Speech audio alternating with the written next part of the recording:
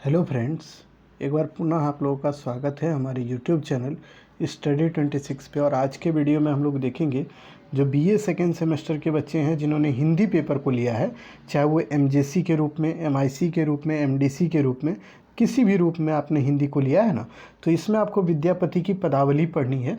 तो उसी को देखेंगे, उसी के अगले पार्ट को देखेंगे। इससे भी पहले हमने कई एक वीडियो इनके ऊपर बनाया हुआ है, विद्यापति की जीवनी, और फिर देखिएगा कि विद्यापति के पदावली को किसने संकलित किया, उनके ऊपर हमने चर्चा पहले ही कर चुका है।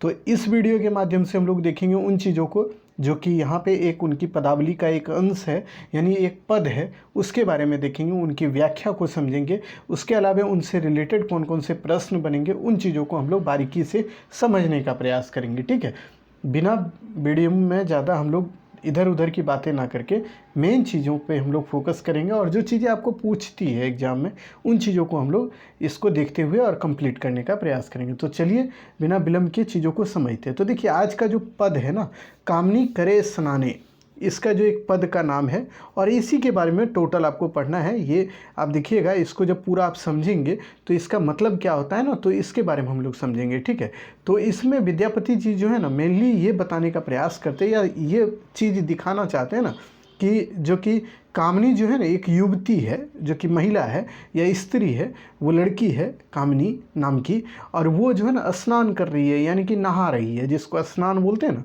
वही कर रही है। तो उसके बाद जो भाव विभोर होता है, यानी कि जो एक तरह से आप कहें जो उसके दृश्य उभरते हैं ना हमारे मस्तिष्क में और हमारे दिमाग में ना, उसी की चर्चा इसके अंतर्गत की गई है। तो पहले हम लोग पद को देख लेते, आखिर पद है क्या, उसके बाद इनकी व्याख्या को हम लोग करेंगे। ठीक है, तो चलिए पहले देखते हैं कि देखिए ये जो पद है ना, इसमें चर्चाएं जो है उनको अब देखते चलिए। कामनी करे स्नाने, हेरी तही हृदय हनय पंचबाने, यानी कि कहने का मतलब जब कामनी स्नान करती है तो हृदय में पंचबान की तरह, इसका भी हम लोग अर्थ समझेंगे कि इसका मतलब क्या है। ठीक है, पहले इसको हम पढ़ देते हैं। पहले इसको देखिए, कामनी करे स्नाने, हेरी तरी तही हृदय हनय पंचबाने, चिकुर गरय जलाधारा, जनी मुख शशि डरे रोआ अधारा अंधारा, कुछ जुग चारु चकेवा, निय कुल मिलत अनि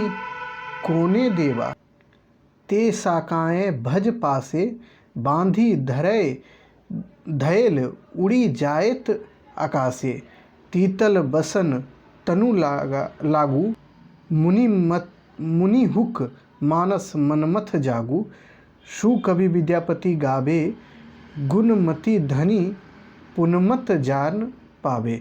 यानी कि इसके अंतर्गत अगर विद्यापति का जो देखिएगा ये काव्यांश या पद जो है, ये आप देखेंगे कि इतना बड़ा है, और इसके अंतर्गत यही बात वो बताते हैं ना कि कामनी नामक कोई युवती है जो कि स्नान कर रही है, और स्नान करती है तो ऐसा लग रहा है मानो कि मतलब, इसको देखिए व्याख्या ही देखिए। अब इसकी व्याख्या ही डायरेक्ट हम लोग देखते हैं, एक एक पद का पंक्ति को लेंगे, उसकी अर्थ को समझेंगे, उसकी व्याख्या को देखेंगे, तो तभी आप समझ भी पाइएगा। जैसे तैसे हम बोल देंगे कहानी किस्सा के रूप में तो वो नहीं होगा, सटीक आप देखिए। कामनी करे स्नाने, हेरी तही हृदय हनय पंचबाने, इसका मतलब देखिए, प्रस्तुत पंक्ति के माध्यम से कवि कहते हैं कि वह कामनी स्नान कर रही है, देखते ही वह देखने वाले पर कामदेव के पंचबानों से प्रहार करती हैं। ठीक है, यानी कि पंचबाने देखिए, हनय हृदय पर जो है ना पंचबान से प्रहार करती है। ठीक है, यही कहा जा रहा है इसमें। उसके बाद देखिए, चिकुर गरय जलधारा, जनी मुख शशि डरे रोए अंधारा, इसका मतलब क्या है, उसके केस राशि से जल की धारा गिर रही है, यानी कि उसका जो केस है ना, यानी कि जो आप देखते हैं जटा या हमारा जो बाल होता है ना, उससे जो है ना जल की धारा गिर रही है, जिसे देखकर ऐसा लगता है मानो मुख चंद्र के भय से ही के केस रूपी अंधकार रो रहा है। ठीक है, तो इसका अर्थ ये है, जिसे देखकर ऐसा लगता है मानो मुख चंद्र के भय से केस रूपी जो अंधकार है ना वो रो रहा है। ठीक है, तो इस पंक्ति का अर्थ यही हुआ। इन दो पंक्तियों का अर्थ समझ आइए। अब हम लोग अगली पंक्ति के अर्थ को समझते हैं। कुछ जुग चारु चकेवा, निय कुल मिलत अनि कोने देवा, ते शंकाएँ भज पासे, बांधी धैल उड़ी जायत आकाशे। इसका व्याख्या देखिए, इन दोनों पंक्ति का मतलब क्या होता है। उसके दोनों कुछ वाक्य के समान है। उसे भय है कि कहीं यह पक्षी अपने स्वजातीय चक्रवात से मिलने के लिए उड़कर आकाश में चले जाए। यदि ऐसा हो गया तो फिर इन्हें कौन वापस लाएगा। इसी शंका के कारण उसने उन्हें अपने भुज पास में बांध लिया है। यानी कि इन दोनों पंक्तियों का अर्थ आपको यही ध्यान में रखना है। कुछ जुग चारु चकेवा निय कुल मिलत आनी कोने देवा। यानी इसका मतलब ये हुआ, इस पंक्ति का अर्थ हुआ कि उसके दोनों कुछ चक्रवात के समान हैं।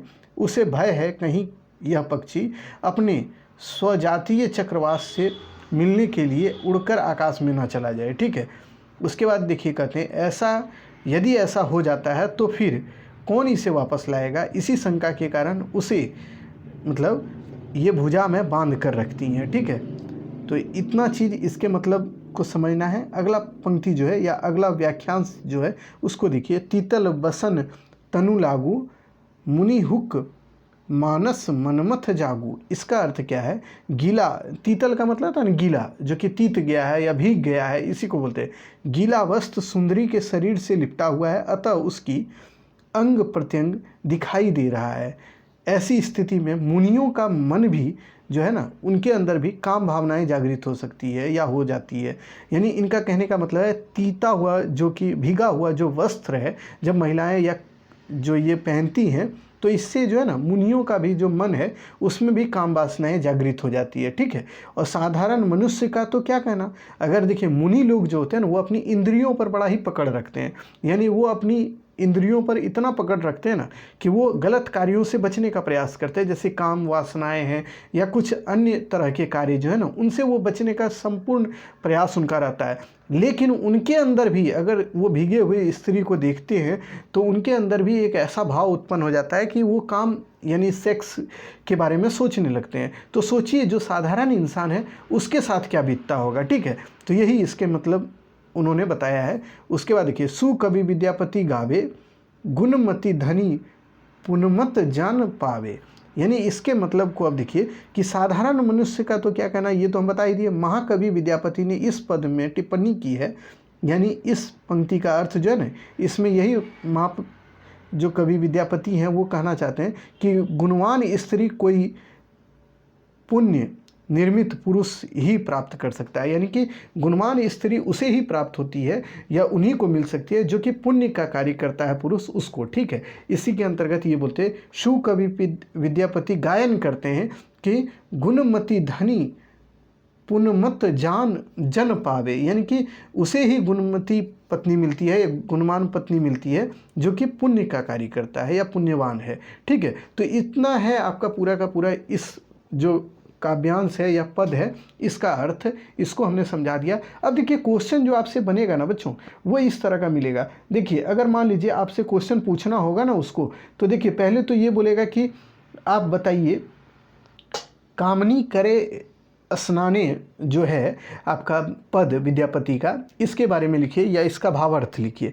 तो ऐसे जब प्रश्न पूछेंगे ना या आपसे पूछा जाएगा ना तो हिंदी का जो व्याख्या जितना भी हमने बताया अभी उसको ध्यान में रख के उसको वहाँ पे लिखना होगा। लेकिन अगर क्वेश्चन ये पूछ दे कि ये दो पंक्ति आपके सामने रख दे और उसमें बोले कि इसका भावार्थ लिखिए या भाव लिखिए, तब आपको यही हिंदी वाला भाव या व्याख्या लिखना होगा। ठीक है, इसी तरह से आपसे क्वेश्चन पूछेगा। जो क्वेश्चन का टाइप होगा ना वो या तो आपके पास जो है ना इसी तरह का होगा कि आपके पास दो पंक्ति रख दिया जाएगा और उसके भावार्थ को लिखने के लिए बोलेगा, या फिर आपसे इस तरह क्वेश्चन पूछेगा कामनी करे स्नाने जो है ये विद्यापति की पद, इसका व्याख्या कीजिए।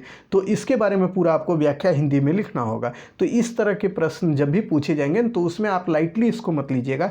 इसको जब भी लिखिएगा तो उसमें एक स्टैंडर्ड आंसर लिखना है आपको, और उसमें ये प्रयास कीजिएगा ना पहले आप कवि का परिचय थोड़ा डालिएगा। जैसे आप बोलिएगा प्रस्तुत जो पद है इसके माध्यम से कवि जो है विद्यापति जी ये कहने का प्रयास करते हैं, उसके बाद चीज़ों को आप लिखिएगा। जितनी भी चीज़ें आपको लिखनी है ना उसके बाद लिखनी है।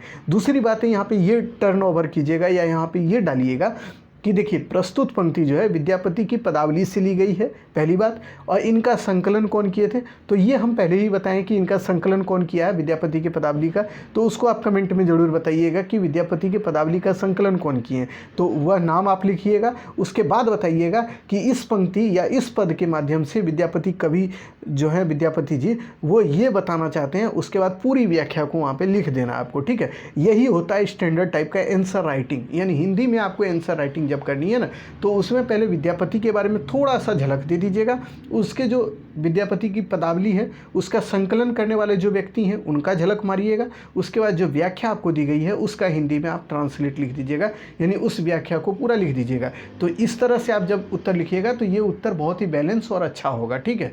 आशा करते हैं आपको वीडियो पसंद आया होगा। वीडियो देखिए थोड़ा बहुत पसंद नहीं भी आने का रीज़न ये होगा ना, चूँकि आप नए हैं और आप जब पढ़ रहे हैं तो अगर आप भी सचेष्ट होकर नहीं पढ़िएगा या आप ध्यान लगाकर नहीं पढ़िएगा ना, तो चीज़ें आपको भी स्किप करने का मन करेगा, ठीक है। तो आप थोड़ा ध्यान लगा के पढ़िए और पीछे के वीडियो को आप ज़रूर देख के आगे बढ़िएगा, तभी आप समझ पाइएगा, ठीक है। तो पीछे के वीडियो से ही हम रिलेट करके आगे की चीज़ों को पढ़ा रहे हैं या बता रहे हैं, तो उसको पहले देख लीजिएगा फिर इसको पढ़िएगा तो और आसानी से आपको समझ में आएगा। एक बार नहीं 2 बार पढ़ लीजिए, देख लीजिए, उसके बाद ही आपको समझ में चीज़ें आएंगी। और इतना ज़रूर करके जाइएगा ताकि आपका एग्ज़ाम अच्छा आ जा सके, ठीक है। फिर मिलते हैं नए वीडियो में, तब तक के लिए धन्यवाद। अगर वीडियो पसंद आए तो लाइक सब्सक्राइब जरूर कर लीजिएगा चैनल को और बच्चों में शेयर ज़रूर कीजिएगा, ठीक है। चलिए।